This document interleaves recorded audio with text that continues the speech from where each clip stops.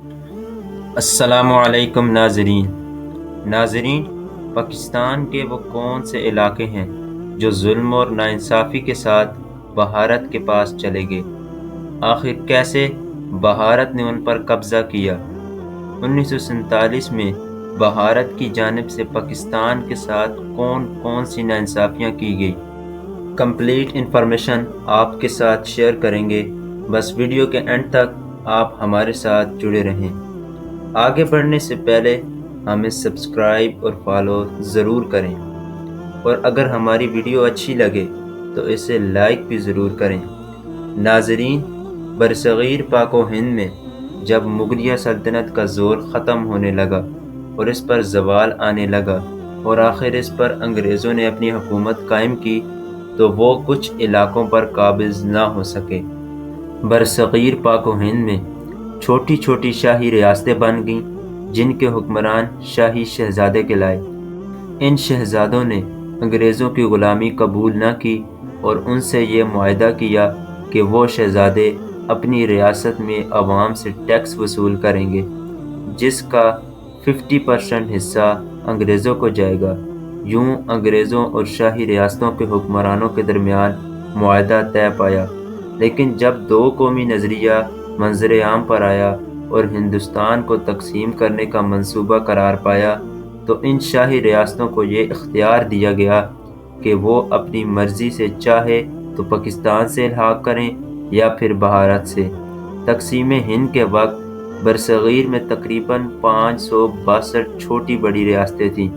ان میں سے بیشتر ریاستوں نے اپنے الحاق کا فیصلہ سنا دیا، جن میں سے کچھ ریاستوں نے پاکستان جبکہ کچھ ریاستوں نے بھارت سے الحاق کیا، لیکن ان میں سے کچھ ریاستوں کا بروقت فیصلہ نہ ہو سکا۔ ان ریاستوں کے حکمرانوں نے بروقت فیصلہ نہیں کیا اور ان کا فیصلہ ملتوی ہو گیا۔ ان ریاستوں میں 3 ریاستیں ایسی تھیں جو کہ پاکستان سے الحاق کرنا چاہتی تھیں، لیکن انڈیا نے اپنی طاقت اور دھوکہ بازی کا مظاہرہ کرتے ہوئے ان ریاستوں کو زبردستی اپنے ساتھ ملا لیا۔ ان ریاستوں میں پہلے نمبر پر جو ریاست آتی ہے وہ ریاست حیدرآباد ہے۔ یہ ہندوستان کی ایک اہم ترین ریاست تھی۔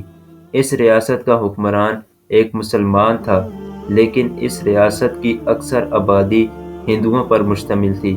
یہ ریاست اصل میں یہ چاہتی تھی کہ اس ریاست کو ایک الگ حیثیت دی جائے، لیکن جب یہ معاملہ لارڈ ماؤنٹ بیٹن کے پاس پہنچا تو اس نے اس فیصلے کو مسترد کر دیا۔ اس کے بعد لارڈ ماؤنٹ بیٹن برطانیہ چلا گیا۔ اس کے جاتے ہی بھارت نے ریاست حیدرآباد پر دباؤ ڈالنا شروع کر دیا۔ 24 اگست 1948 کو ریاست حیدرآباد نے اقوام متحدہ کی سیکورٹی کونسل میں شکایت کی کہ بھارت ان پر دباؤ ڈال رہا ہے، لیکن شکایت سننے کی تاریخ سے پہلے ہی بھارت نے ریاست حیدرآباد پر حملہ کر کے اس پر زبردستی قبضہ کر لیا۔ نمبر 2 پر جو ریاست آتی ہے وہ ہے ریاست جوناگڑھ۔ اس کا جغرافیائی بھی پاکستان سے ملتا تھا۔ یہ کراچی کے ساحل سے 480 کلومیٹر کے فاصلے پر تھی۔ اس کی بھی زیادہ تر آبادی ہندو تھی، لیکن سربراہ مسلمان تھا۔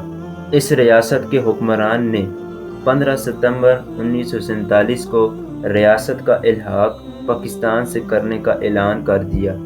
اس ریاست پر بھی بھارت نے حملہ کر کے اس کو اپنی تحویل میں لے لیا۔ نمبر 3 پر آخری اور سب سے اہم ریاست جو آتی ہے وہ ہے ریاست جموں و کشمیر۔ یہ رقبے کے لحاظ سے باقی تمام شاہی ریاستوں سے بڑی تھی۔ اس کی اکثر آبادی مسلمانوں پر مشتمل تھی۔ اس وقت اس کا حکمران ایک ہندو تھا جس کا نام ہری سنگھ تھا، جس نے اپنی سازش کے تحت کشمیر کو ہندوستان کا حصہ بنانا چاہا۔ کشمیری مسلمان ہری سنگھ کی نیت سے خوب واقف تھے، اس لیے وہ مہاراجہ ہری سنگھ کے ظلم کے خلاف کھڑے ہوئے اور پہلی بار پونچھ کے مقام پر بغاوت کر دی، جس سے ریاست کے حالات مزید خراب ہو گئے۔ اس جنگ میں خیبر پختونخوا کے مختلف قبائل نے کشمیری مجاہدین مسلمانوں کا ساتھ دیا اور کشمیر کے 2/3 حصے کو بھارت سے آزاد کروا لیا۔ مقبوضہ کشمیر کو لے کر پاکستان اور بھارت کے درمیان 1948 میں ایک جنگ شروع ہوئی، لیکن اقوام متحدہ کے عمل دخل کی وجہ سے 1 جنوری 1949 کو یہ جنگ روک دی گئی۔ کشمیر کا مسئلہ آج بھی پاکستان اور بھارت کے درمیان اختلاف کا باعث بنا ہوا ہے۔ اگر یہ مسئلہ حل ہو جائے تو مستقبل میں امید ہے کہ پاکستان اور بھارت کے درمیان جو اختلافات ہیں، جو اس میں دشمنی ہے، وہ ختم ہو سکتی ہے۔